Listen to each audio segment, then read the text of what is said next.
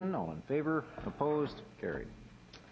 Item 2 is a delegation from Dr. Larry Gustafson and Ms. Jane Wark of the Fraser Health Authority related to amendments to the smoking control bylaw, and we'll just ask them to come forward to the podium at this time.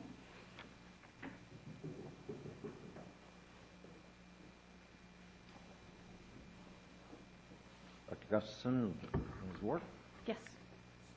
thank you very much. Thank you. Right ahead. Yes, thank you for the opportunity to speak to this important health issue. My name is Jane Wark, and I am the Healthy Living, Healthy Community Specialist for the Tri-Cities. I'm also a resident of Coquitlam. Dr. Gustafson and I are here to show Fraser Health's support for the proposed bylaw banning smoking in parks and trails year-round, introduced by Councillor Robinson. We support this ban for several reasons. Firstly, because reducing the number of youth who take up smoking is a priority for Fraser Health.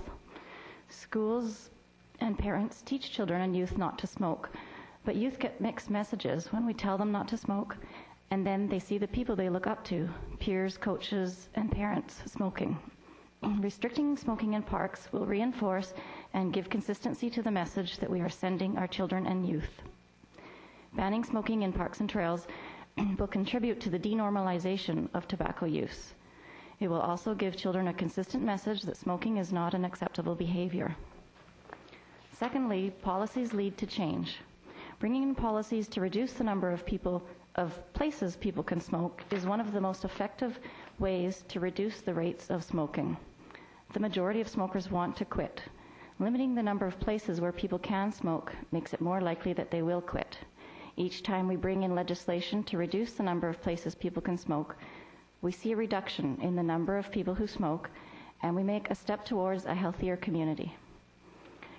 Reducing the prevalence of smoking is, of course, a priority with Fraser Health. Thirdly, secondhand smoke is dangerous. While we recognize that secondhand smoke can be dispersed or is dispersed in an outdoor setting, we can't ignore the fact that there will be times when non-smokers are exposed to secondhand smoke. The U.S. Surgeon General concluded that there is no risk-free level of exposure to secondhand smoke, and that even brief exposure can cause immediate harm. A ban on smoking in parks would ensure that sporting events, whether on school or municipal grounds, are smoke-free. Currently, sporting events on school grounds are smoke-free because schools do not allow smoking on their grounds. Some sports associations have already created their own non-smoking policies. A ban on smoking in municipal parks would mean that all sporting events on municipal or school property would be smoke-free. Banning smoking in parks shows commitment to providing healthy communities.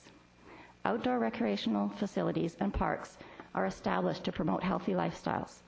We encourage residents to live healthy lifestyles. We want people to get outside, go for a walk, and enjoy some of the beautiful parks and trails that we have here in Coquitlam. People don't want to smell cigarette smoke when they're outside enjoying the outdoors. Frankly, smoking doesn't belong in this setting.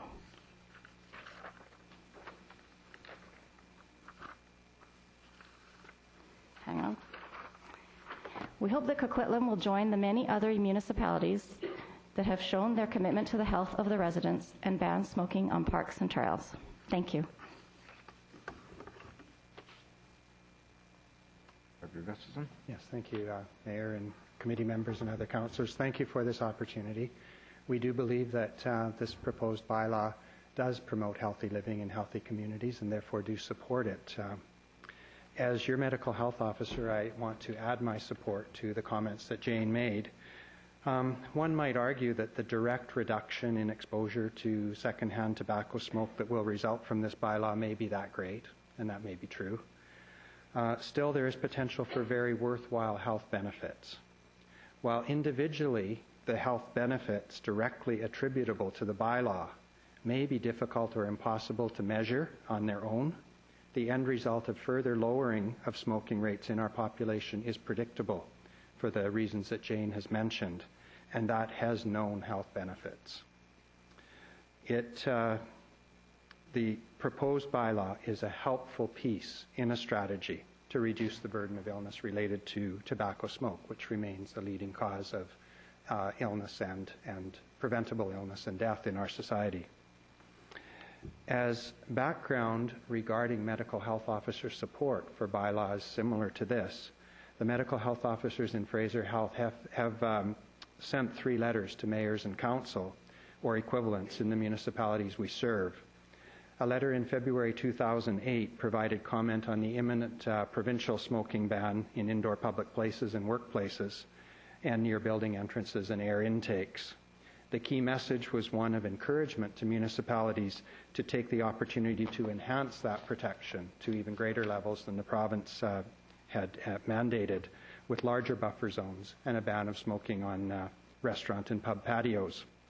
A letter in June 2008 supported the recommendation of the Lower Mainland Local Government Association Smoking Regulations Task Force that recommended prohibiting smoking on playing fields, near playgrounds, and in public gathering places where people sit or stand together in close proximity.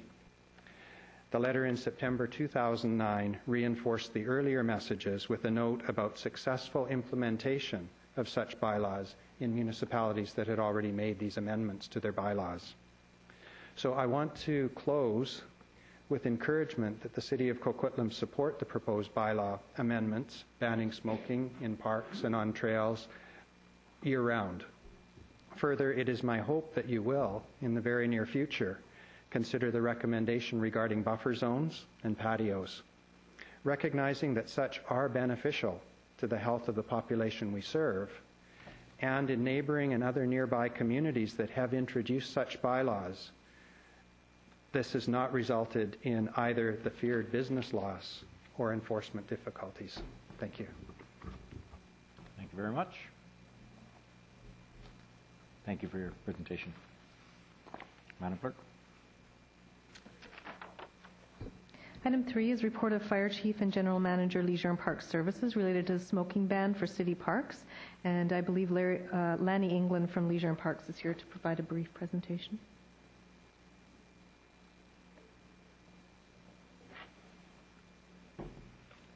All right. Actually, can I get the... Yes. So there's only a few slides. I'm just going to do a quick overview of the report. It was fairly lengthy, and there was some a bunch of numbers in there talking about the consultation. So, I guess in summary, this discussion started last year with fire and leisure and park staff when we got into our fire season last year and the complications and commitments around getting signage up during the fire season. Inevitably, every summer, spring, summer, the issue comes up. We need to ban certain activities in the park, smoking, and close off trails if it gets extreme, that sort of thing. And so following that season, there was some discussion with leisure and park staff and fire staff about what the options were to clean up that process and reduce the fire risk. And that led to some discussions and the proposal, well, potentially that maybe the best solution could be a ban for smoking in parks. And there are a number, as we go through the report, there's sort of 4 key messages there, or 4 key areas that it could provide some benefits. Of course, forest fires, reducing the forest fire risk. 90% of the fires that have happened in Coquitlam in this sort of record from the Ministry of Forest are human-caused. So smoking could be a contribution to that. Operating costs, again, this was part of the discussion we had last summer. There's an issue with signage, taking temporary signage up and down, reproducing that signage as it gets vandalized, having to clean up the litter caused by cigarettes in parks.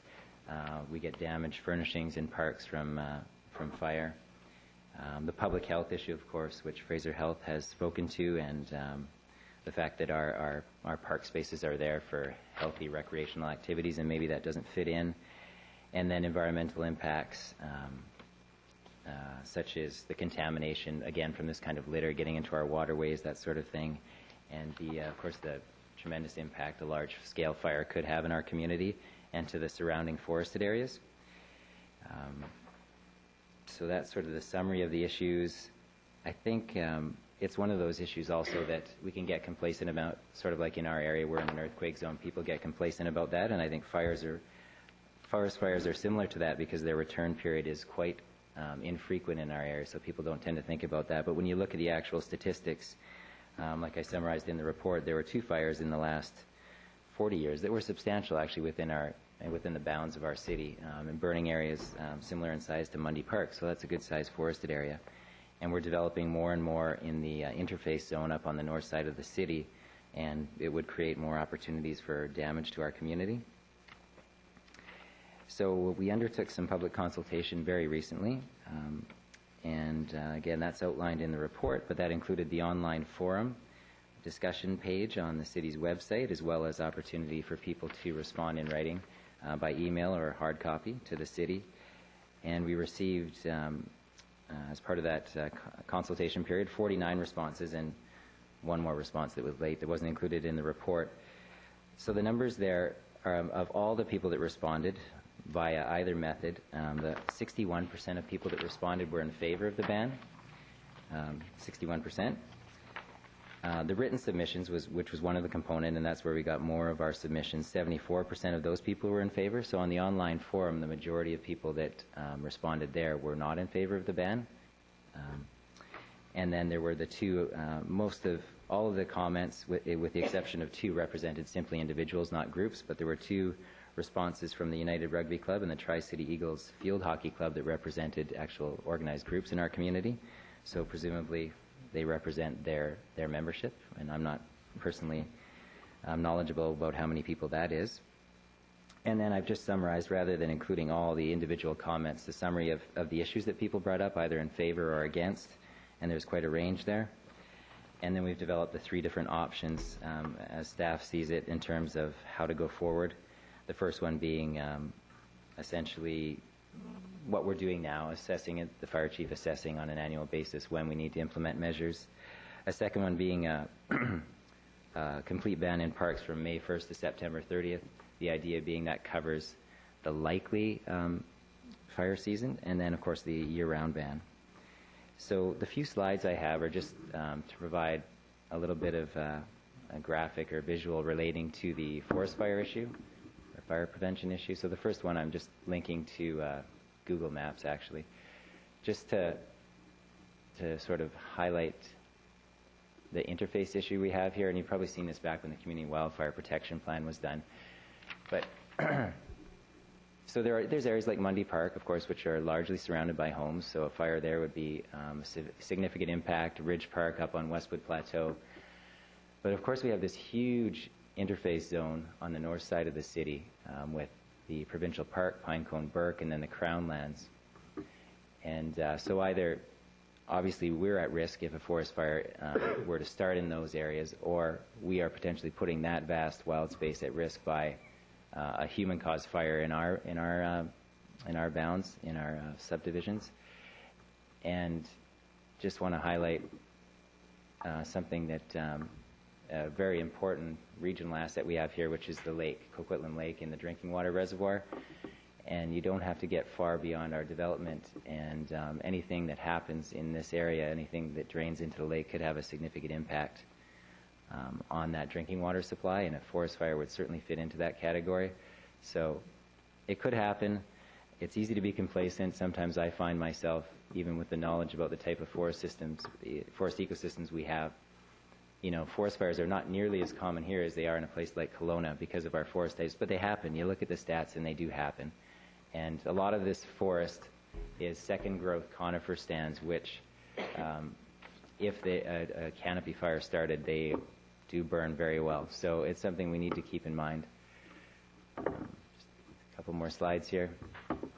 This is just an example of, you know, this is what it looks like when you got a subdivision up against these vast forested areas. That's our situation in Coquitlam. And, you know, you could imagine that it could be a pretty significant event if there were to be a fire there.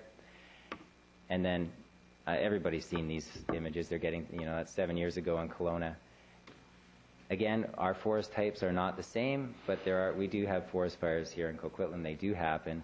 And just to highlight the fact that, you know, we should be trying to take some measures to help reduce the likelihood of such an event. So that's it. Thank you very much. Oops. Thank you very much. I've got a couple of questions myself, and I see some other council members have questions. My main question is if you can go back to the Google map, or to either of the, well, even the... You have to put it in presentation mode.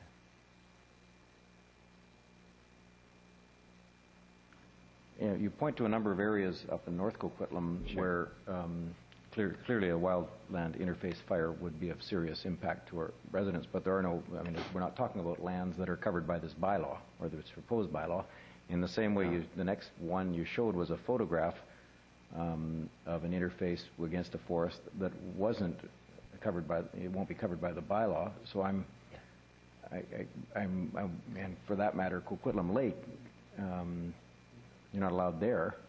The public isn't allowed there. If they are there Absolutely. smoking a cigarette, the fact that they're smoking a cigarette is kind of minor to the fact that they actually climbed a fence and broke the law to get there.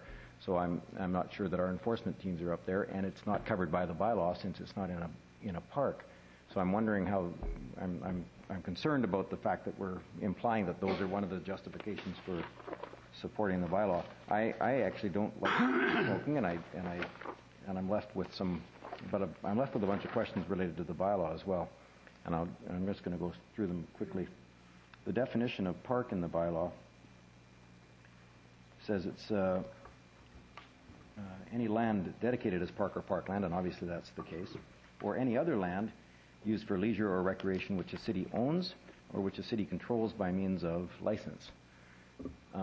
Are we implying that if we control a piece of, like obviously if someone has to get a business license, or is that something that we control by means of license? I believe the reason that our legal staff used that wording was there's a number of, say, our trails that we manage but we don't actually own, like even up on Westwood Plateau and again some in the Northeast where we manage the trails and there's an easement for public access, but we don't, the city doesn't actually own the property. And those would then be covered by the bylaw? With that wording, yes. Yeah. Okay, but they're not parkland. So my difficulty here is that the public's going to be told you're not allowed to smoke in a park, and you're also not allowed to smoke on someone else's private property if the city has some control over a trail on it. And I'm left with ambivalence about that. The next one is the next line, and is within the jurisdiction of the city. Do we mean it within the boundaries of the city? Because I don't think we meant the jurisdiction, because we already said that in the previous line. Right. I would have to ask, with that specific question, our legal staff to respond to that. Okay. They drafted the amendments. If I may, Your Okay, Lord. Worship, Sorry. the intent that is on lands that are under sort of the care and custody or management authority of the city through their leisure and parks services. So where we have license agreements with other property owners to be operating and managing a property on their behalf for the purposes of parks, including trails, that the bylaw would be in effect in those areas. It is not meant to capture every private property owner that gets a business license in the city at all. These are clearly lands that are owned, for example, by the Crown, that we have an operating agreement or a license agreement to use that. It's under our care and control for a period of time for park purposes. I expected that's what was intended. It just it wasn't what it looked like to me. So, okay, I'm going to go down the list anyway. Councillor Sikora. Thank you very much. First of all, how do you figure that, who would enforce all this? We're 55 square miles, Coquitlam alone. Who'd enforce it? Yeah, there was a brief section in the report that dealt with enforcement, and the idea is that it would just be, the enforcement would happen like the other bylaws in parks. It would park staff, bylaw staff, and where the overlap occurred, fire staff could as well. Okay, the park staff works only, I don't think there's park staff 24 hours a day, 7. And I don't think that there's also, Bylaw is only from, say, 8 in the morning till 8 at night. So who does that leave? Our police department or our fire department to patrol? I'm just wondering, you know, how do you really enforce something like this? And I'll be talking about it when the bylaw comes forward. You know, And you mentioned Coquitlam Reservoir. Well, like the mayor said, it's out of bounds to people unless somebody breaks the law, goes in there. So there's certainly no harm to the water or anything else. You brought that up, and I've got some concerns with that. So but I'll talk a little more about it, Mayor, when the bylaw comes forward. Thank you.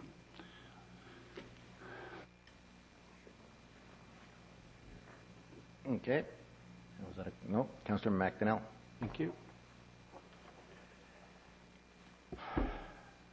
Are we just asking questions of Mr. England now, or are we talking about... Why don't we leave it as questions to Mr. England, because there's no motion on the floor yet. I'll second it. No, I wasn't asking for a motion, but okay. Moved by Councillor Reid and seconded by Councillor Robinson, and that is the staff recommendation. Go ahead. So now, are we only just speaking to... No, go ahead. Attaboy. We're in committee. We're flexible.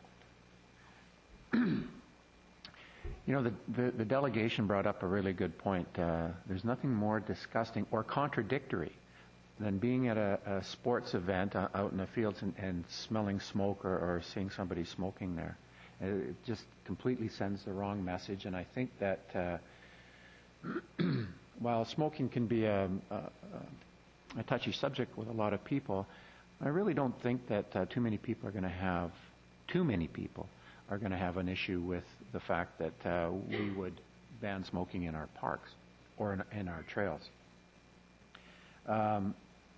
As for having it just in effect during the real dry seasons, and our summers are predicted to be drier and drier as we go along, I think that sends the wrong message that if you only banned it for 6 months of the year, it needs to have a total ban for the whole year.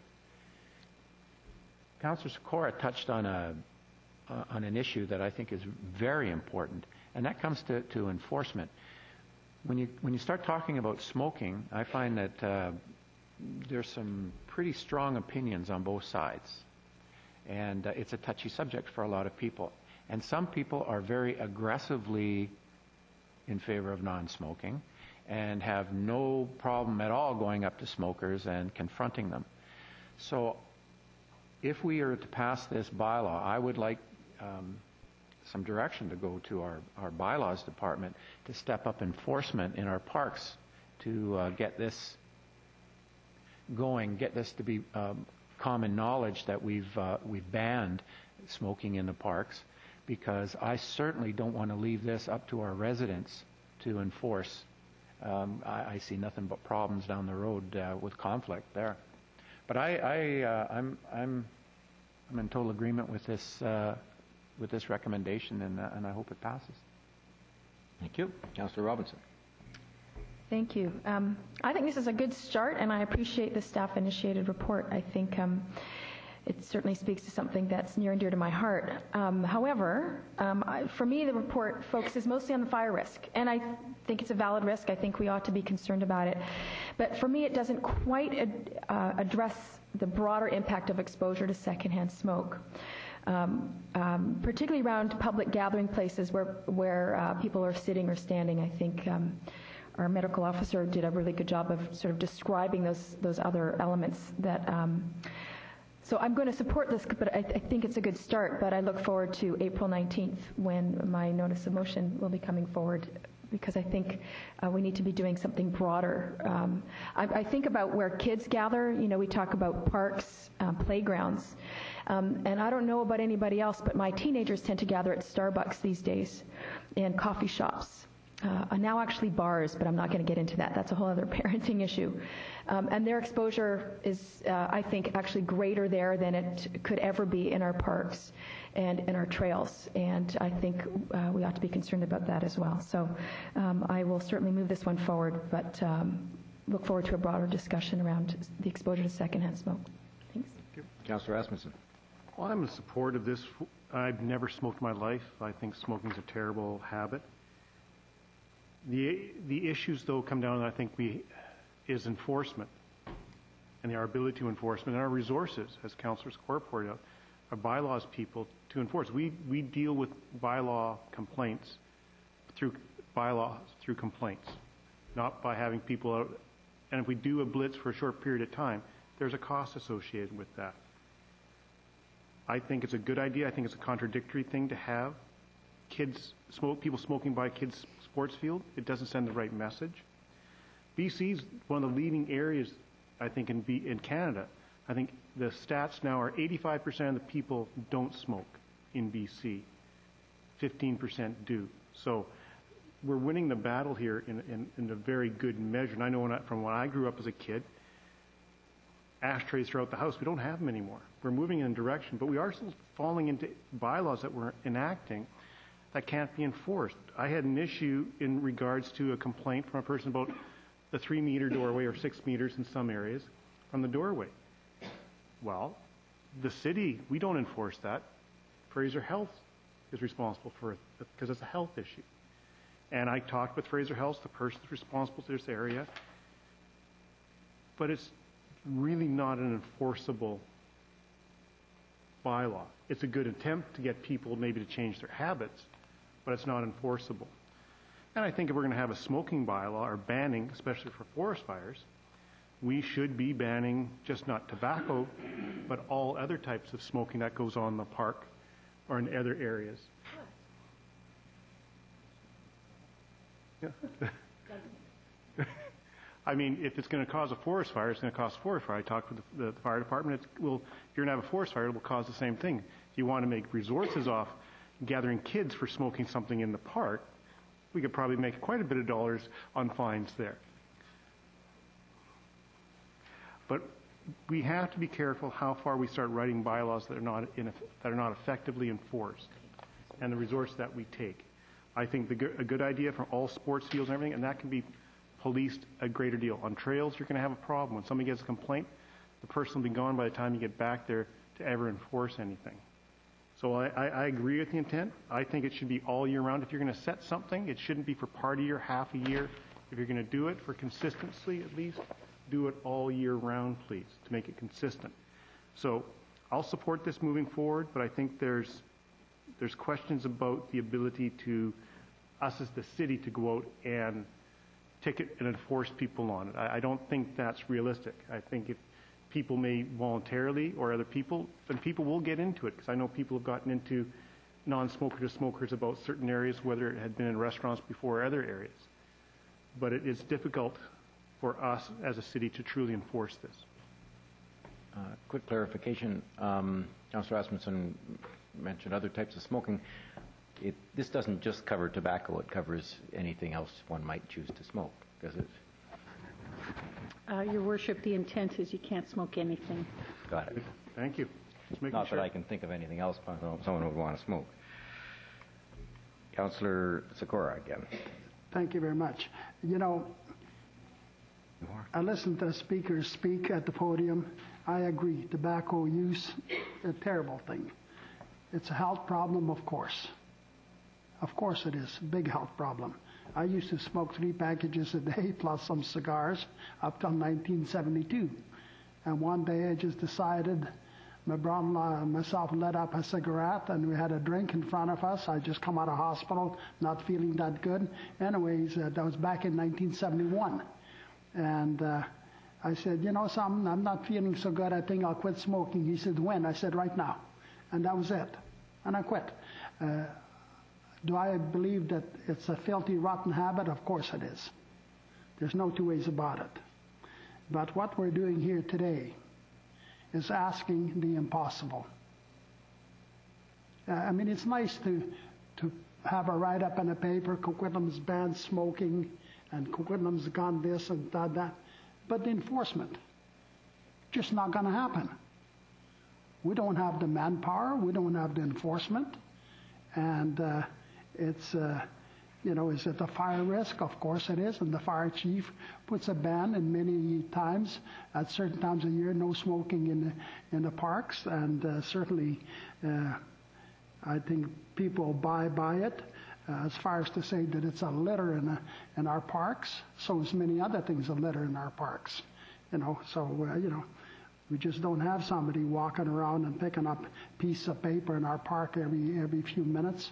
Neither are they picking up cigarette butts or any other things.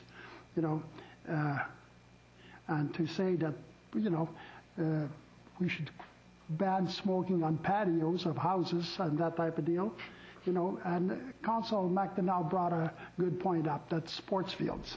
Well, ban it in sports fields. I agree with that. But to somehow say that we're going to ban it in some no man's land in Coquitlam, where no policemen go up, no firemen go up, no bylaw enforcement goes up, is far-reaching. And when I pass a bylaw, I'd hope that it was adhered to and followed to and easily obeyed, or somebody to enforce it, like our parking bylaws. Even our parking bylaws are not adhered to a lot of times because we don't have enough enforcement there to enforce it. So, and it sounds good, it looks good, there's no two ways about it, but it's not, right now, we're not in the real world with this. It just can't happen. So why would I pass a bylaw when it's non-enforceable? And that's exactly what we're doing here. Passing a bylaw that's non-enforceable. And I cannot support it, Mayor. Thank you. Thank you. Councillor Reid. Thank you. One of the things I omitted to say when I moved the recommendation that it would be a year-round ban. And I don't know if I guess I should add that to the recommendation. If it's okay with the seconder.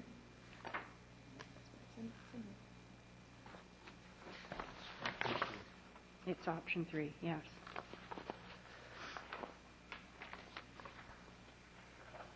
The recommendation actually that you moved was the smoking control bylaw, which is attachment 2, and that is based on option 3.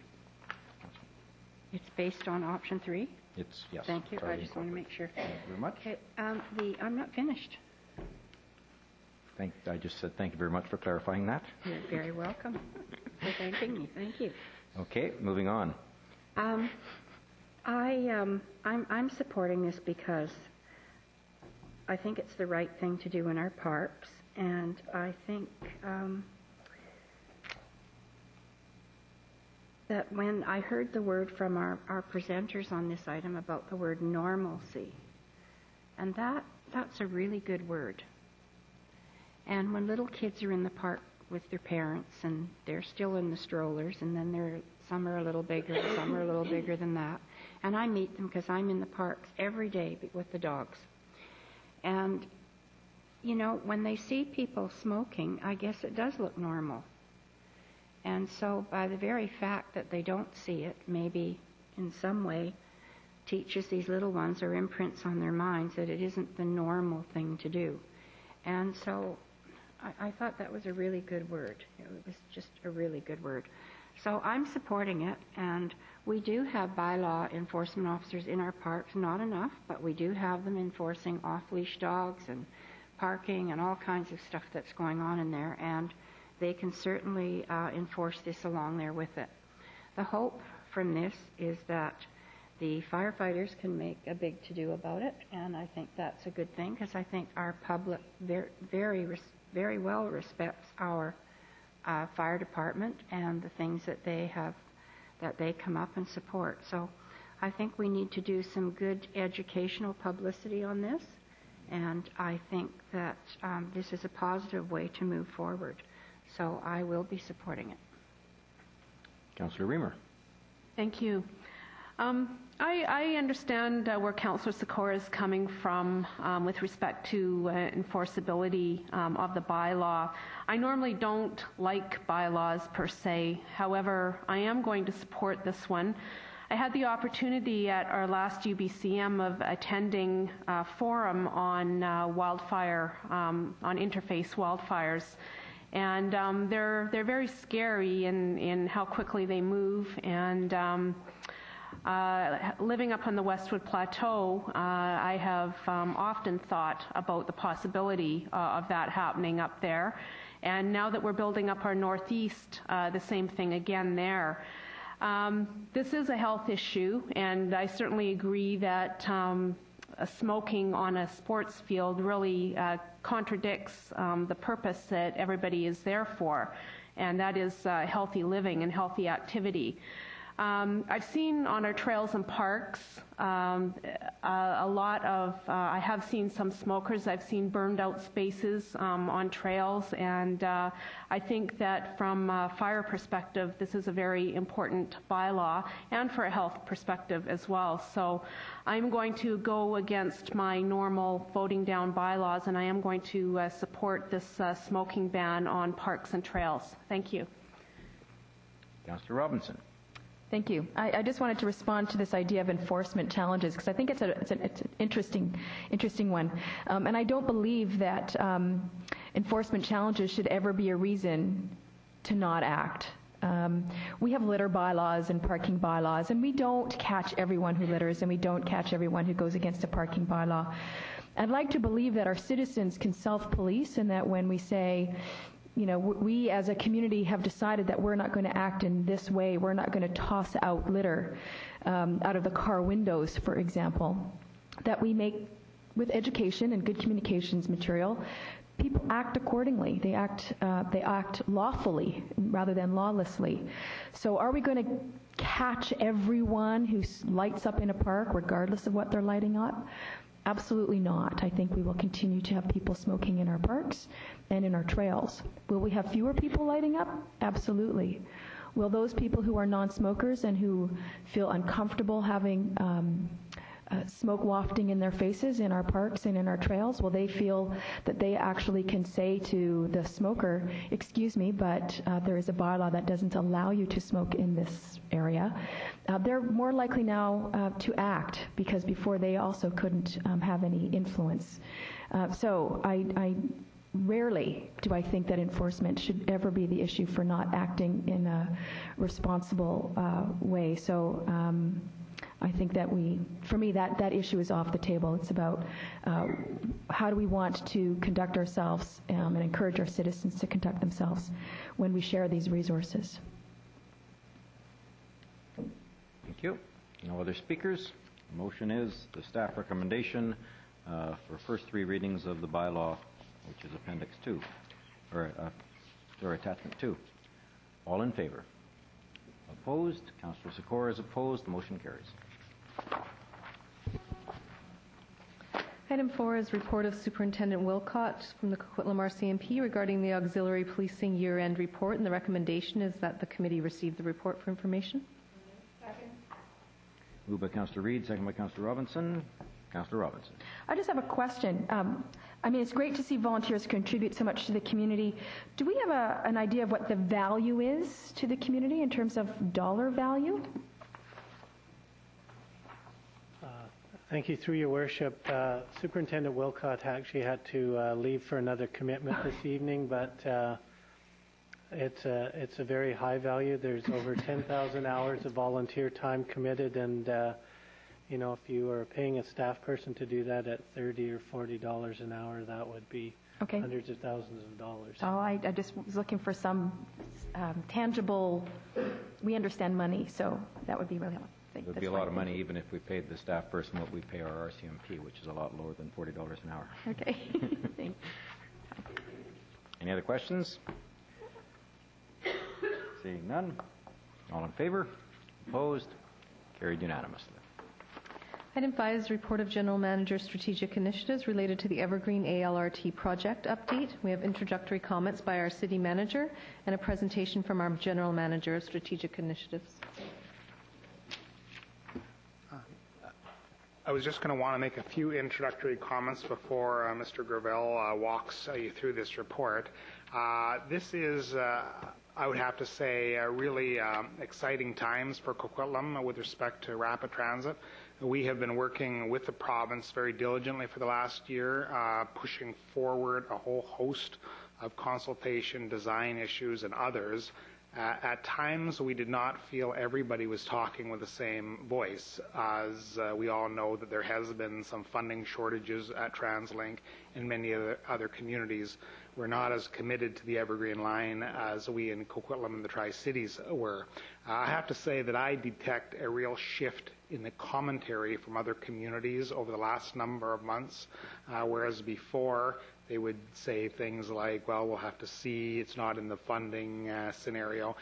Now they always preface issues with, we know the Evergreen line is going ahead, we just have to figure out how. So I have detected a real shift in terms of the public sentiment. I do not want to downplay the funding challenges because funding for the local share has still not been identified, and that is one of the primary recommendations we are bringing forward today. We believe that publicly we should jump on the bandwagon very publicly, thank the province for their leadership with respect to the whole design and funding issues. They referenced it in the throw-in speech, those kind of things. But we also want to start becoming more public with respect to some of our priorities. Some of our neighboring communities have been public in terms of their request for things. We all know that there is somewhat of a competition going on for additional stations. We believe that we've done a lot of really good work on that, and Maurice will be walking through the business case for the city center station. We refer to it here as the third city center station, but it's probably more accurately described as the city center station in the vicinity of Lincoln and Northern, which is right at the core of where our city center is to be. So perhaps that's a very slight amendment that could be captured in recommendation B. And the other aspect is we'd like to start weighing in on other issues like visibility of the guideway and those kind of things. And we want to be very active in terms of asking the province to include that in one of the criteria of which public-private partnerships will be measured in the future. So those are the recommendations, and I'd like to just sort of highlight that. But there's a lot of detail here, and Maurice has a bit of a presentation to walk you through some of the considerations that you should take into account.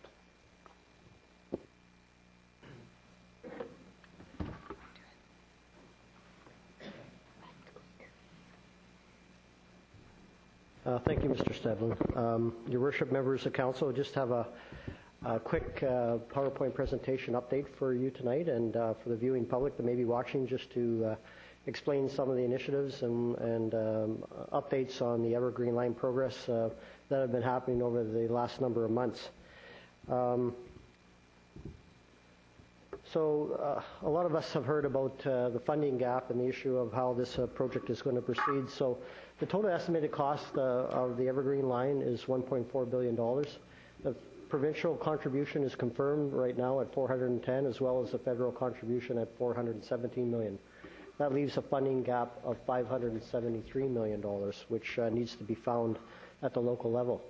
And this is why in our recommendation, part of this report, we have that a letter be sent to the Premier and Minister of Transportation and Infrastructure that pursuant to the throne speech, the province proceeds with construction of the Evergreen line and identifies sustainable long-term funding and instructs TransLink to develop a supplemental budget for 2011, which includes the necessary capital and operating funds for the Evergreen line, which addresses the funding gap. And we really need that local level of funding to be able to have the monies approved so that we can proceed, so the province can proceed with the construction of the Evergreen line itself. I want to talk a little bit about the public consultation. There's 5 rounds of consultation in the process. The first was in the spring of 2008, where there was the route selection with the Northeast sector mayors and councils, and that process established the alignment that has been brought forward to the public for public consultation. Environmental assessment 30-day review was completed in the fall of 2009, and also in October and November of 2009 we had the preliminary design consultation where the province had a number of open houses through the Tri-Cities, gaining people's input on the design of the Evergreen line and related factors. The environmental assessment application review process is now well underway, and the province hopes to complete that in the spring of 2010. It considers many factors such as noise, social and economic impacts, habitat, and the like. Many different factors that come in when you build a significant structure such as the Evergreen line, to make sure that everything's been addressed as part of the environmental assessment. And finally, the last part of the process is the station area design consultation, and the province is hoping to proceed with that in the summer of 2010. Now, with respect to the consultation with the public in October and November, there were 671 attendees, 520 feedback forms submitted, and of note is 159 of 456 indicated on the forms that they were from Coquitlam. Not everybody indicated where they lived on the forms. Key themes that came out of that process was parking and the lack of available parking, especially at the West Coast Express site, and what could be done about that to provide for more spaces. With respect to the bored tunnel, the depth of the tunnel, the alignment, and safety issues, what happens if there was an event in the tunnel, and how would that be dealt with by fire and safety personnel. Impacts of the Evergreen line, and this relates to noise, visual impacts, and traffic impacts during construction. Project funding, which we talked about, which is being needs to be addressed. Station location and operation, and this dealt primarily with the West Coast Express station and the location of the actual Evergreen station in relation to the existing bus loop and the existing West Coast Express, and where would be the best location to have a location that would best meet both of those needs. Operation of the Evergreen line, integration with the existing SkyTrain station and line in Burnaby there at Lougheed Mall. Integration with the buses and with the West Coast Express, so that we really had a line that was coordinated with all facets of transportation. Station safety, the issue of safety of people using the facility, both not only in the proposed lines but also in the existing SkyTrains lines that are through the system throughout the Lower Mainland. Douglas College location, there were some questions raised about the exact location and the need for a tail track and the actual length of the tail track. Station access, the proper access in and out of the stations, orientations and the like, staircases, elevators, and provision for escalators so that people have good means of accessing the stations.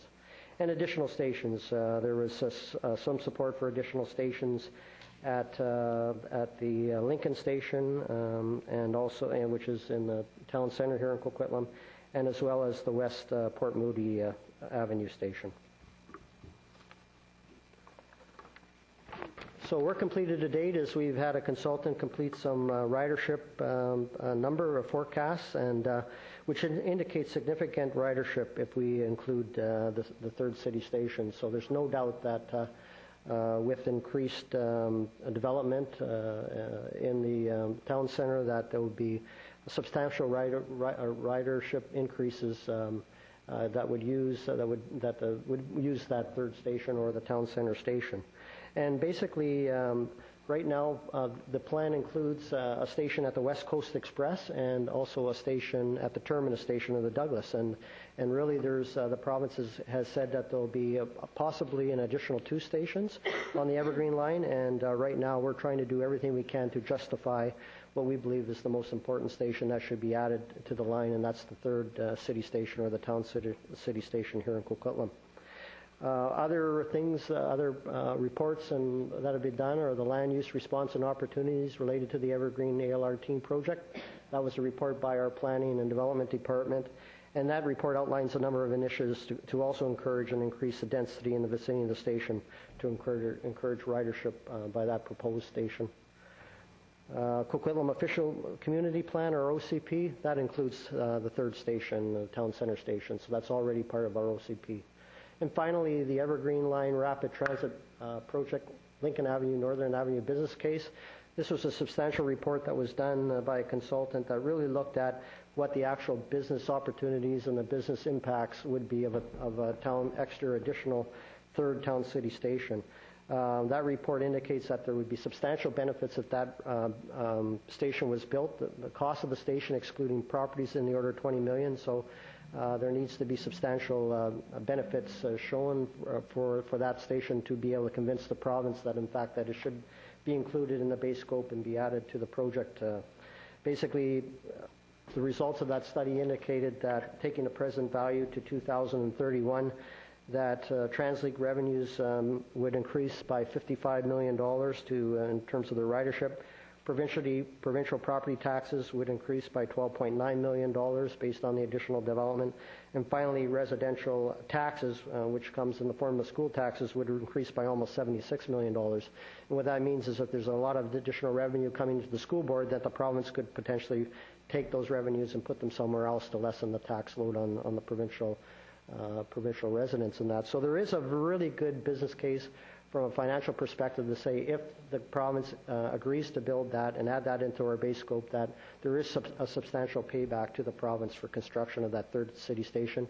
And the city of Coquitlam is doing everything we can to encourage and justify the construction of that third city station. With respect to parking facilities, the province is now commencing study work to see what kind of parking needs there will be in conjunction with the line. The city is also currently evaluating parking requirements in the city centre, and that's being undertaken by our engineering department and our transportation department, and we're working in conjunction with them to make sure we have a coordinated approach to parking requirements in the city centre, not only for the existing developments, but also for the Evergreen line, which is coming. And finally, there is a potential, there's consideration for a potential park and ride in the vicinity of the town centre park, and we'll be doing some more work and investigating in that regard. Other issues, aesthetics and construction method. Some of the original SkyTrain lines, the Expo line, for instance, appeared to be a much smaller, thinner type of structure. However, that was built about 25 years ago, and the building requirements for seismic design were not as stringent as they are today. So the structure will most likely be a more bulkier. But what we're asking the provinces to do as one of our third recommendations is to include criteria that will make this structure look basically a guideway, which is the most visually unobtrusive that can possibly be, and to ensure that we're not getting a structure that is overbuilt. And one of the other factors we've also been looking at is, and it's quite evident along Logic Highway through the Burnaby section, is where they have bents, which are the H-type structures, and we're doing everything we can to not have those type of structures because they're quite obtrusive, and to this date the design does not include any of those type of bent structures in our design, so we're quite pleased with the work that the province has been doing in that regard. With respect to cut and cover, we've looked at and discussed with the province a potential option for cut and cover on Pine Tree Way, and that would be placing the SkyTrain, the Evergreen line underground. The fact of the matter there is the premium for that kind of construction we've estimated in the order of $100 million, and so whilst it'd be very nice to do that, $100 million would have to be found over and above the additional shortfall, which is that we've already talked about. So it's not very probable, unless there's some magic money that comes, that we'd be able to afford that additional $100 million premium for cut and cover on Pine Tree Way. We're also looking at Great Streets concept on Pine Tree Way and Clark Road. These are enhancing the alignment and the look of the street after SkyTrain's in. For instance, the City of Richmond has done a considerable amount of landscaping under their line, but it comes at a cost to the municipality. And whilst this is a very good work, and that we're looking at a number of options that we'll bring forward to Council for approval with some related costs to discuss with Council to see whether Council is interested in proceeding with enhancing the look of our road corridors as it relate to the alignment on Pine Tree Way and Clark Road. There's also an issue of 69 kilovolt hydro lines on Clark Road. On Como Lake Avenue and Clark Road, and we've been working with the province, and these lines have to be quite high for construction, and basically they're almost 100 feet in height to bring the lines over to allow the major construction equipment to come through, but then they could be reduced to approximately 20 meters or 66 feet after construction. We're still concerned about the height of that 20-meter height after construction, so we're still working with the province to see what can be done to mitigate the visual impacts in that regard. Other impacts are Clark Road north of Cornwall Lake Avenue, and this is where the line goes from an elevated trackway and it starts to come down and actually enters into the portal to go into the tunnel. And we're basically, the line calls for taking the property frontages fronting Clark Road and removing those to get the line in, and it leaves a bunch of homes with backyards that basically have really no hiding from the line in terms of when the line comes down and the visibility and their ability to be protected from that. So we're looking at what kind of mitigation alternatives that we could have that could lessen that impact of these homes that now their backyards will be directly fronting the Evergreen line in their backyards, and try to mitigate that as much as possible, working with the province on some potential alternatives to that. Finally, with respect to scheduling, the province has advised us that the latest information is for a construction start in early 2011, given that the funding gap can be closed.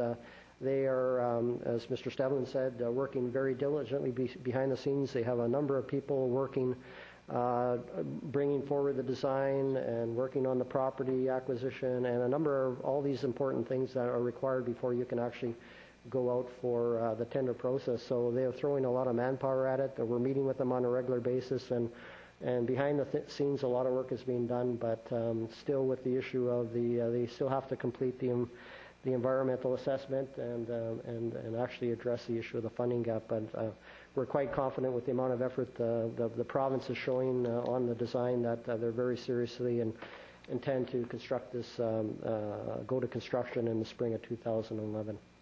Mr. Mayor, that concludes my verbal report. I'd be pleased to answer any questions if Mayor or Council have any. Thank you very much. I have a couple of comments, and I wanted to perhaps propose that we adjust the wording a little bit. We're proposing that Council forward a letter on related to this project. I think this is a vitally important project for Coquitlam. We've been waiting for 20 years.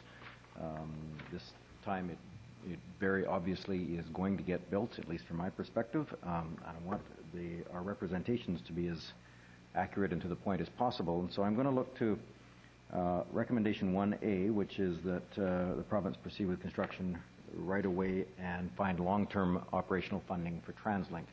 And I want that to be very clear that we're asking that that not be burdened on the property tax, as has been proposed several times.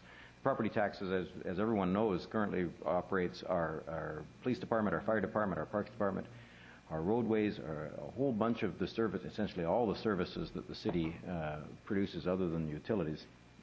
And to suggest, as some people have, that on top of that property tax burden should also be TransLink's operating budget is, I think, entirely wrong. There are other ways of, and perhaps more better targeted ways of funding the operation of TransLink. Secondly, relates to the suggestion that this is a third city center station we're looking for. It actually is the city center station. It would be the only one that's in the city center.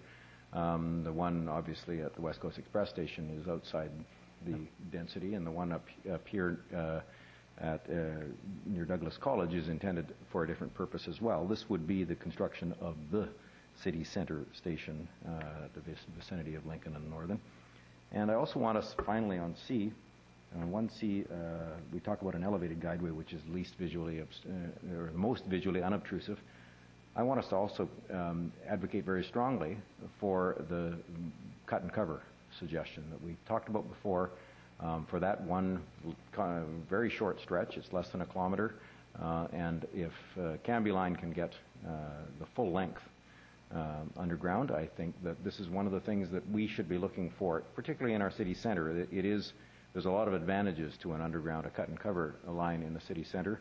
And we've talked to the province before, and their reaction hasn't been entirely negative, though it comes with a cost. And I think we should be making it clear that our point is we want the least visually obtrusive line as it goes through our city center. It goes through downtown Vancouver underground, and it doesn't go through other city centers in the same way. So my proposal, and I have to have someone else move it, would be that on A, we add the words after TransLink without additional property tax burden. On B, that we delete the word third And after station, we would make it clear that that would be in the vicinity of Lincoln and Northern. And on C, we delete the word elevated. And I'd look for a motion to amend. I could do that. Moved by Councillor Reid, second by Councillor Reamer. Any discussion on that? I don't see any particular. These are somewhat minor amendments. All in favor of the amendment? Oh, okay, discussion on the amendment then. I'm going to, Councillor Asmus, do you have any discussion on the amendment? No, I'm going to speak on the main point. That's fine. If we could activate Councillor McDonnell's microphone, please. Go ahead. Since we're wordsmithing here, I agree with those and I'll support them. I'm not really very keen on thanking them because they haven't done anything. Right number 1. Forwarding a letter and thanking them for proceeding with the Evergreen line. Well, they're not proceeding with it. They're still fooling around with it. They made promises before that it was going to get built before the other line, and it wasn't. And we're hoping it'll go in 2011. I don't say we need to be argumentative with them or combative, but I don't think we need to be thanking them for anything. Certainly, people that I talk to out in the city, they're not in favor of thanking them for anything either. So, I would take that a step further and just take that thanking right out.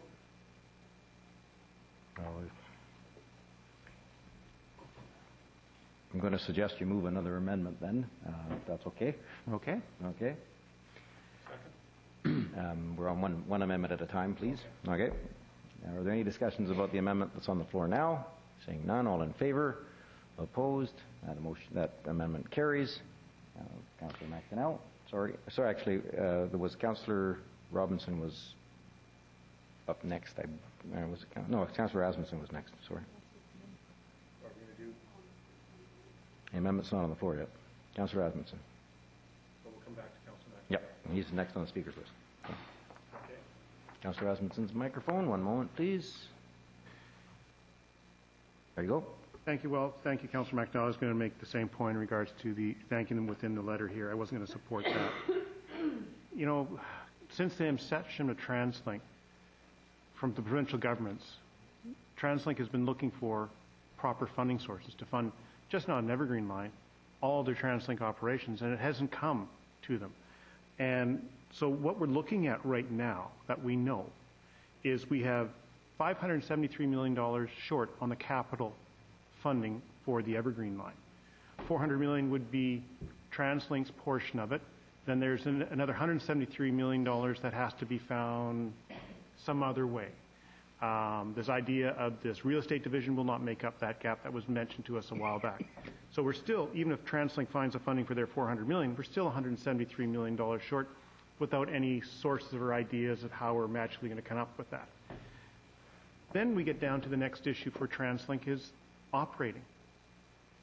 Where's the funding sources of the funding to do the operation and the operating? Because there's a cost. There might even be might have to be a separate maintenance facility. We still haven't got a clear answer on that question yet. So there's still substantial ongoing operating costs. We are paying right now on the Canada line a subsidy to a private contractor on a P3 of $14 million a year to at least 2015 under the Curley report from the Commissioner. That could go into 2020. That's coming out of TransLink's budget.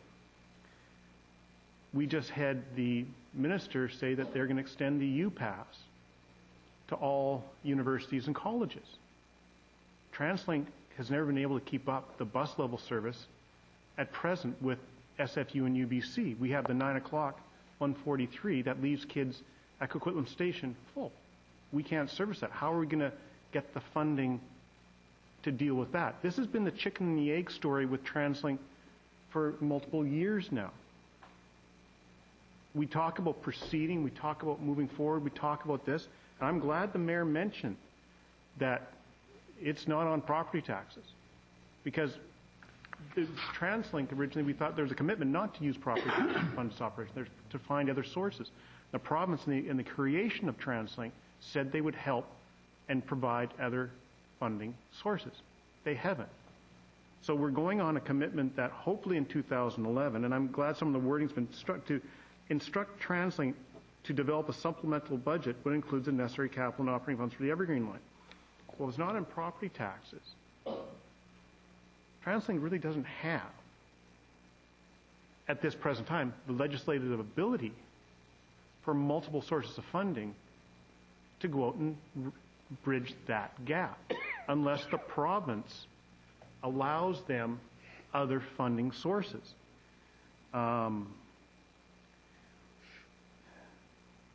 Right now, even as we'll be starting, there's going to be some looks from TransLink at resource reallocation of the bus system, looking at lower volume routes, eliminating, putting them to higher volume routes. That would probably mean that suburbs would have poor bus service, will lose service.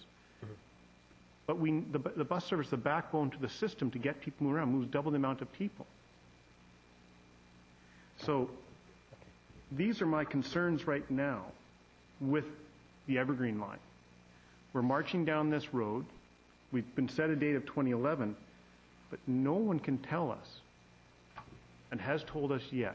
And until we get a commitment about what the funding sources are for TransLink to operate and function, just not for the Evergreen line, but for all parts of TransLink, we're not going to get this done. And I would urge the province to please, I thank them for keeping their commitment that they've made to the Evergreen line, but we need alternate sources of funding for TransLink to be identified to move forward properly and get this done.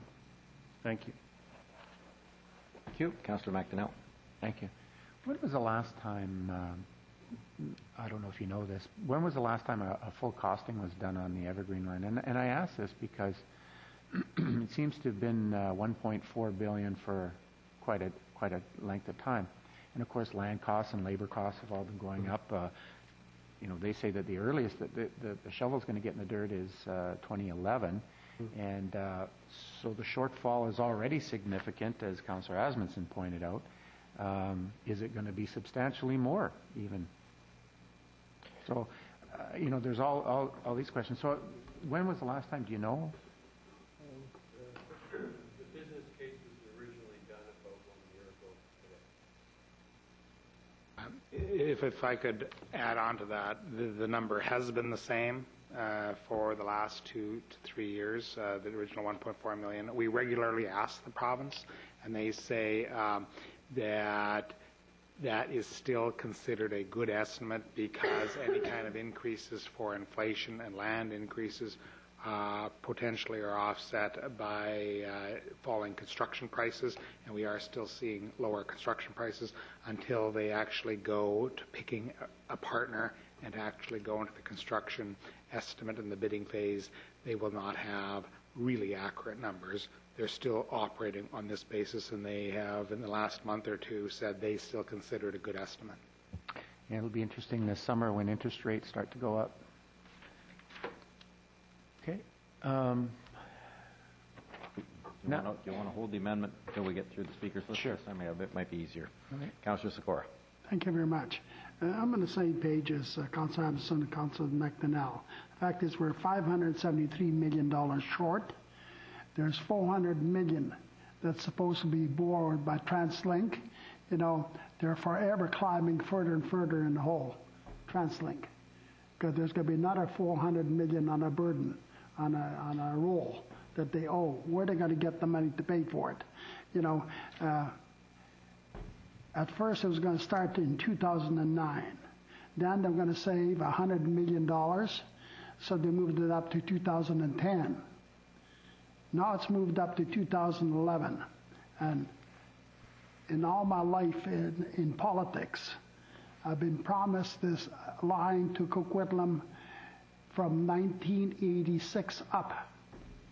And I've been promised by every premier that this line was going to be built. I mean, every premier said, oh yeah, and the next one is to Coquitlam. Well, it never came in here.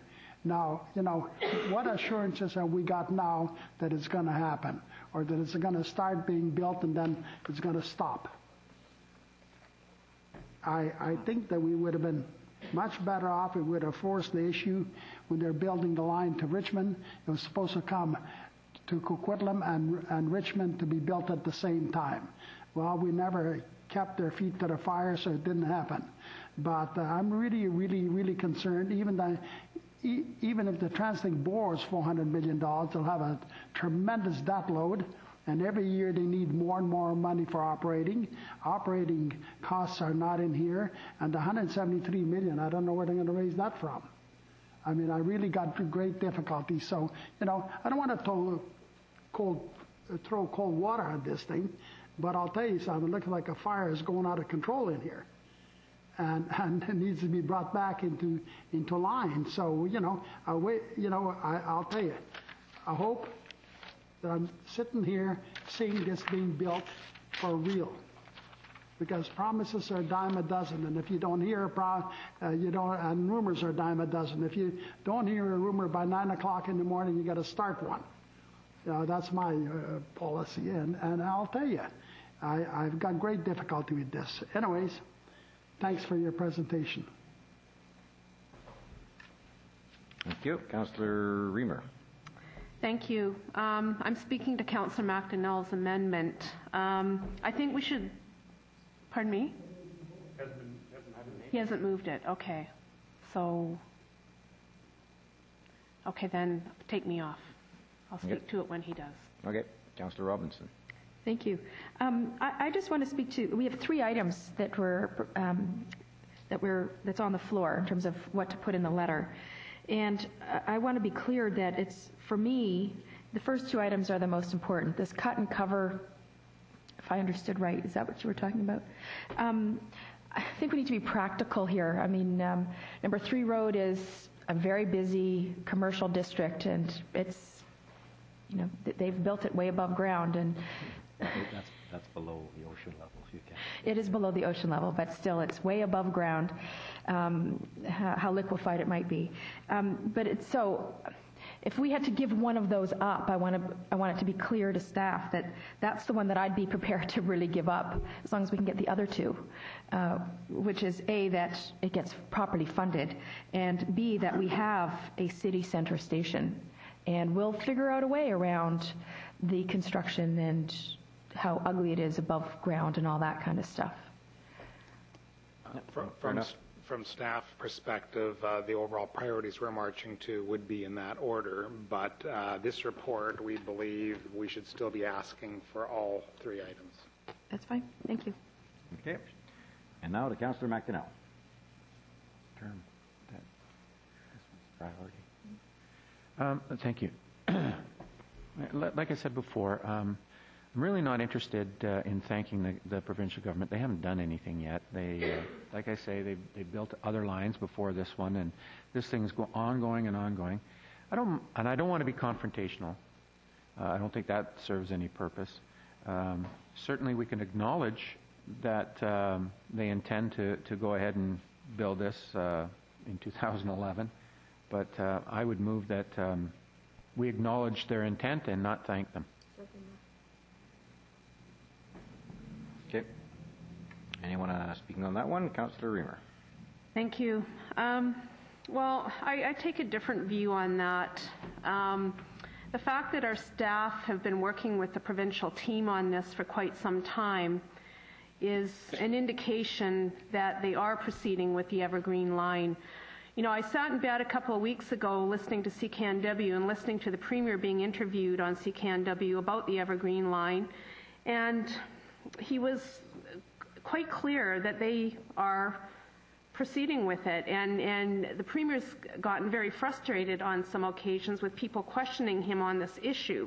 And so I really think that we ought to proceed with thanking them for proceeding with the line, for providing the provincial team staff that our staff have been working with.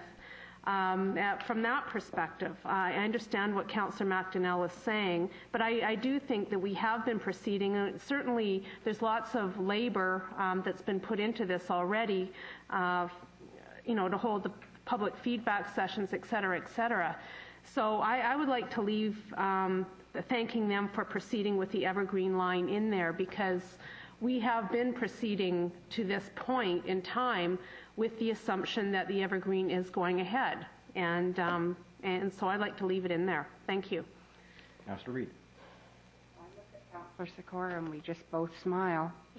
In 1986, 88, 90, 92, I mean, it just goes on and on. And have we ever proceeded this far before? Yes, I believe we've been here. It just goes on and on. And what's always boggled my mind about this whole process is that there's been so many studies done, and yet the next incarnation of this line, they have to redo the same studies. We have spent probably the money that we're lacking to build this line on previous studies. I mean, there must be billions of dollars that have gone to waste on studies in the last 20 years on this line. It's just bizarre. So have we ever got along this far? Yeah, we have. And they just fold up the tents and go away. And I'm delighted that they seem to have the will to move forward on this time, because it is our time. It is time for the northeast sector to, start to get some attention from Victoria. So hoping that this will be it. Thank you. Councillor Sikora. Thank you very much. No, I mean, Councillor Raymer talks about thanking him. Well, I'd like to send him a thank you note in 2014 after it's built. That'd be appropriate time, you know what I mean? But, I sat as a mayor through Bill Bennett's years, where I think Bill Bennett was a minister then, saying the first line will go to New Westminster, the second line will go to Scott Road and to Coquitlam. And Bill Bennett then, the premier, agreed. Okay, then up comes Bill Bennett as a premier. He agrees that he promises that it's going to be built to Coquitlam. Then comes Glenn Clark. He promised, or rather Mike Harcourt, he promises. Then comes Glenn Clark, he promises. Now, I mean, and they're all on radio being very, very sincere. Rent a crowd, give me a PA system, and I'll make a whole bunch of comments. But so I'd rather just leave that thank you out for the time being and thank them in 2014. And I'll tell you what, if I'm still here in 2014, I'll make that motion. Okay, thank you. Thank you. And in your absence, I'll make it. I've got my own concerns about the omitting my mother taught me to be polite, and this is the first time that the provincial government has actually set aside the money. First time the federal government has set aside the money. We now have both senior levels of government actually allocating the money, not just promising it, but allocating it. We have a bunch of design work done. I've seen the meetings go on. I've sat in on some of the meetings related to the design of the line. The line is being designed as we speak. This is the first time that property has been acquired. I don't think we've been this far. We have this line, we've had property acquired for this line. There's a whole bunch of work that is going on. Now, it's true, it could stop, but the provincial government is proceeding with the line, and I intend to thank them if we can. If we can't, then I'm comfortable with the word acknowledge that they're proceeding, and I will thank them personally, because this is an important line. And I was there in 1989, and I watched this line disappear. And sometimes I think you need to work with the senior levels of government in order to get projects built, and we've been doing that very well on lots and lots of projects. And this Evergreen line, I believe, will get built this time, partly because we're going to work with them as much as we possibly can. And so I'm not going to be in favor of changing it, but if we change it, it's okay by me. Okay, no other speakers? All in favor of the amendment? All opposed? I'm opposed, and so is Councillor Reamer. The motion carries. The new motion as amended, there's 3 changes that we voted on earlier, plus we've changed the word thanking to acknowledging. Any other discussion on the motion as amended? All in favor? Opposed? Carried unanimously.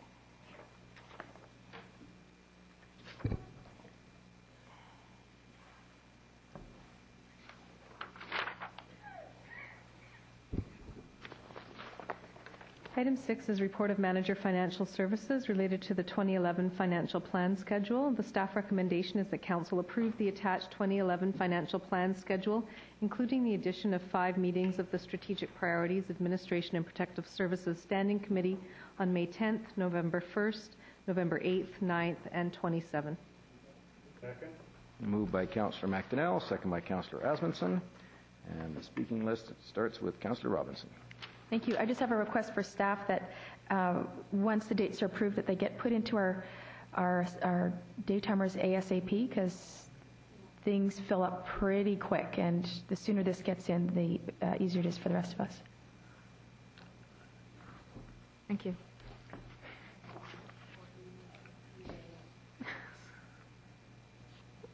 Okay, I'm going to take that, send that over to staff as staff direction.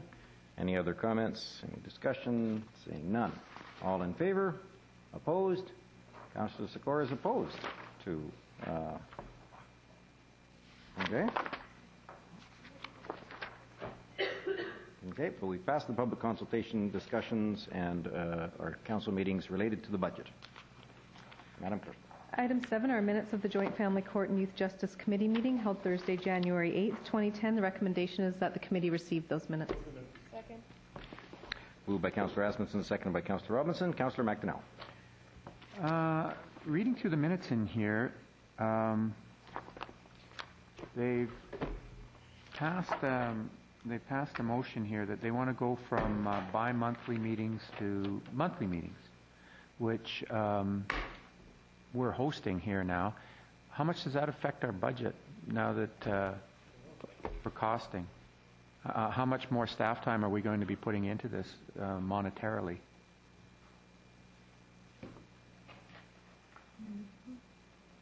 It will require clerk's office support, so we'll be supporting that committee monthly rather than bi-monthly. So we're looking at an additional anywhere between 6 to 10 hours a month for agendas and minute support and meeting attendance.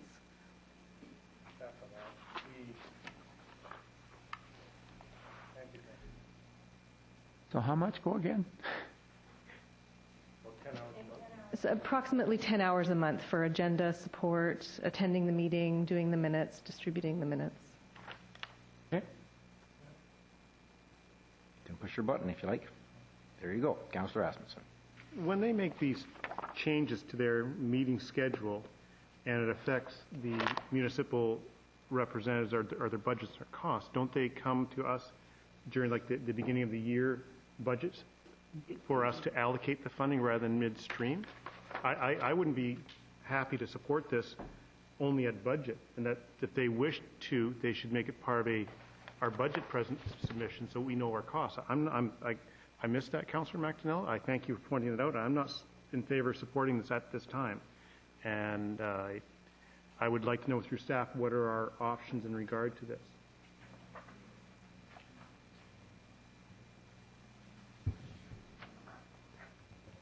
Typically in the past, it hasn't really come to council when committees have chosen their meeting schedules.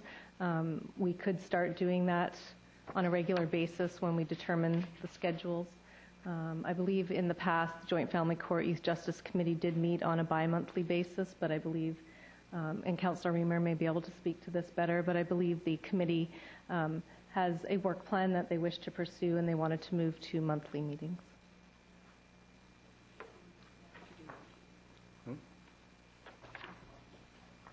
Thank you. Councillor Reamer. Thank you. There's 3 municipalities that sit on this committee: Port Moody, Port Coquitlam, and Coquitlam. And so last year it was Port Moody's turn to support the committee. This year is ours, and then next year will be Port Coquitlam's. So with respect to we've got a lot going on the committee right now. We're trying to set up a Court Watch program. We're trying to coordinate guest speakers. And we're also working on one other item as well. We are statutorily required to meet, and Darlene Heppel-Waite's in the audience. She's one of our representatives as well. Darlene, it's 5 times a year, is that correct? We are required to meet. And so we've had so much on our plate as of late that we've felt it necessary to go to monthly meetings to coordinate that work that we're doing. Okay. Thank you very much. Councillor Sikora. Thank you very much. I noticed that also, although it's the 3 cities belong to it, but there's the other 2 cities that haven't shown up. Is this a common kind of thing to where Port Coquitlam and Port Moody don't show up? Because I noticed both their council members were absent from the last meeting.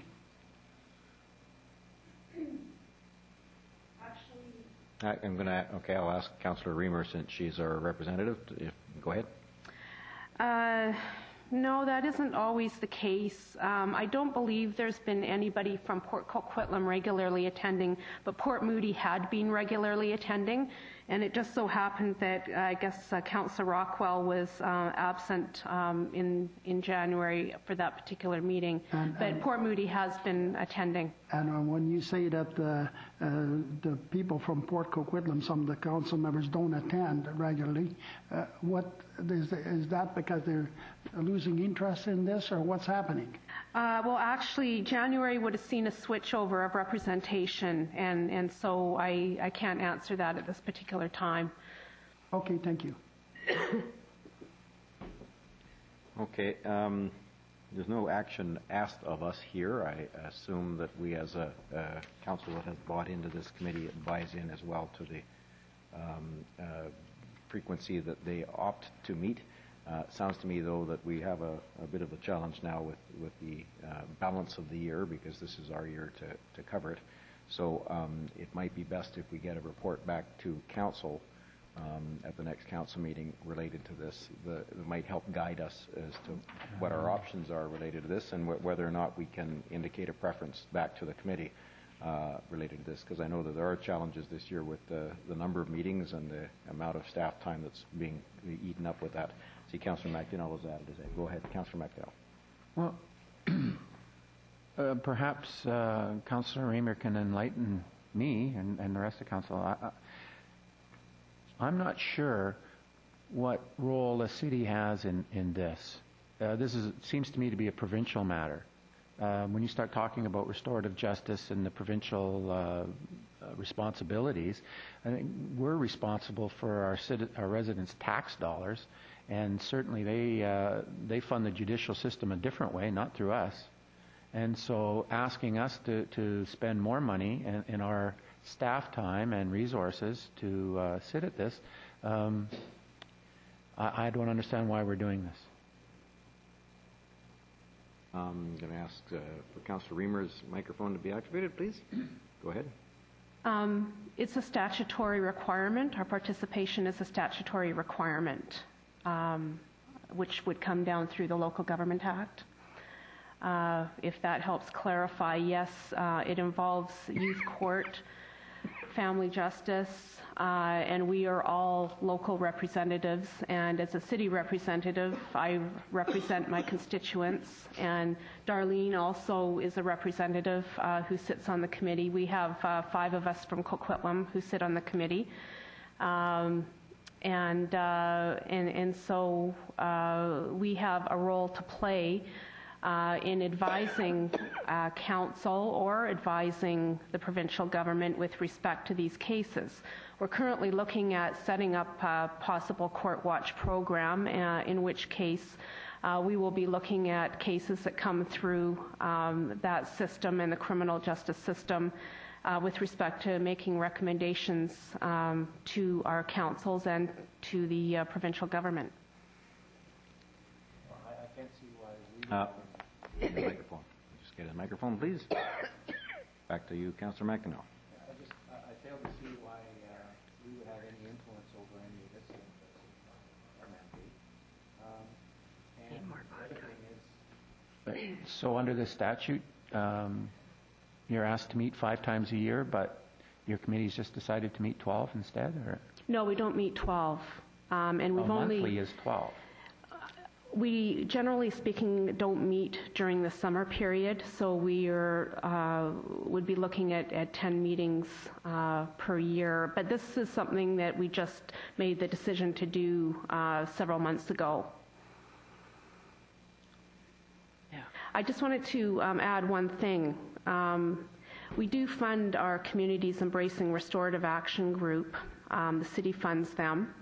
And CIRA, or they used to be known Fraser Restorative Justice Society, was an organization that bloomed out of this Youth Justice Family Court Committee. Okay, I just didn't realize that we could just arbitrarily ask for more time for spend more of our tax dollars. It's interesting. Okay. Councillor Reid. Well, I've been on this committee, I can't tell you how many times through the years, and quite often I didn't get to meetings. I think there was one year Councillor Sikora couldn't make those meetings, and I took them on, but I had conflicting things, so I'd make them once in a while, not every time. We also used to have a court watching program. I got so mad I thought they were going to throw me in jail once and let the defendant go. It was so bad. This restorative justice thing, I think, when you say it grew out of this committee, it's been quite active out in the community. As you know, we get reports back on the restorative justice. This committee doesn't work out in the forefront that much, but they do work in the background in trying to bring different seminars. And we put on the first, I guess, I can't say seminar, the first 2-day workshop, and we did it here, and it was really quite good. I think if we need more time, the problem is that I think we need to ask staff if they can work the time in, and that's where I come from. Because if you have one, you only want the same staff person, I would think, don't you, Councillor Reamer? You would want the same staff person. So let's make sure before we go ahead and say, you know, Yahoo, I don't have that much of a problem with it, but let's make sure that we do that, because otherwise it's going to be a problem. Or if you're just working on one specific thing, you could probably have a couple of meetings without a staff person there, maybe, if you're just working on one program. But let's hope you can. So I guess, do we need no direction to staff to make sure that that particular staff support is? Ms. Lohr. So through the chair, we have scheduled those meetings monthly, and we do have a staff person dedicated to those meetings, scheduled? And we're trying to work it into the clerk's office meeting schedule that we currently have. So you've already done this? We do. We have. Oh, well, we could have known that. Thank you. Okay, Councillor Sikora again. Thank you very much. Councillor Raymer mentioned just a few minutes ago about that they decided a few months ago that they should have monthly meetings. Well, that should have probably been great to bring forward at that time, that there's going to be monthly meetings, so we're not surprised at the last minute. But however, saying that, I think another thing I'd like to see in this report, what is the accomplishments of this committee? You know, that weighs a lot on me when I can make a decision in my own mind that it's been a good committee, it's accomplished a lot, and a few other things. But this report says nothing about that. You know, it just the fact that you had a meeting, and doesn't say about the actual cases or anything else. I'd like to have that. I think it'd be very, very important for me and maybe for other council members to be able to say that. Yeah, and that's why I'm suggesting that perhaps staff will get back to us on giving us some information about the program. These are minutes of a meeting, and obviously they're not going to include a whole bunch of justification for the existence of the committee or the terms of reference or any of that stuff. We should perhaps have that before us as we debate these issues. Councillor Reamer, did you have a response to that? I just wanted to add one point of information. When we made this decision, the meetings, we were actually having the meeting in Port Moody at the time. And so when the transition was made from Port Moody to Coquitlam, it wasn't made, we had no reason. We just told them when our next meeting date was, so to speak. And I wasn't the one who actually dealt with it. Our current chair would have dealt with it at the time. So I just wanted to clarify that issue. And staff can certainly come forward with a report on this committee and its history and all the information you want. But one of the success stories was our Communities Embracing Restorative Action, formerly known as Fraser Community Justice Society. Okay, so my understanding, actually, part of the basis for the legislative requirement, the statutory requirement for these committees was that municipalities were asking for input in some of these issues. But I'm sure that will come back with a staff report to explain both the background of the committees and the background of the decision of this committee to move to monthly meetings, or to 10 per year instead of 5, and then we'll be able to take action. I don't see any other motions. The motion was to accept the minutes, to receive the minutes. That was approved, and that would be the end of the item. If there's no other motions, seeing none. Ms. Clerk. That concludes the items on the agenda. Moved by Councillor Asmussen, second by Councillor Reamer to adjourn. All in favor? Opposed? Carried. Thank you all.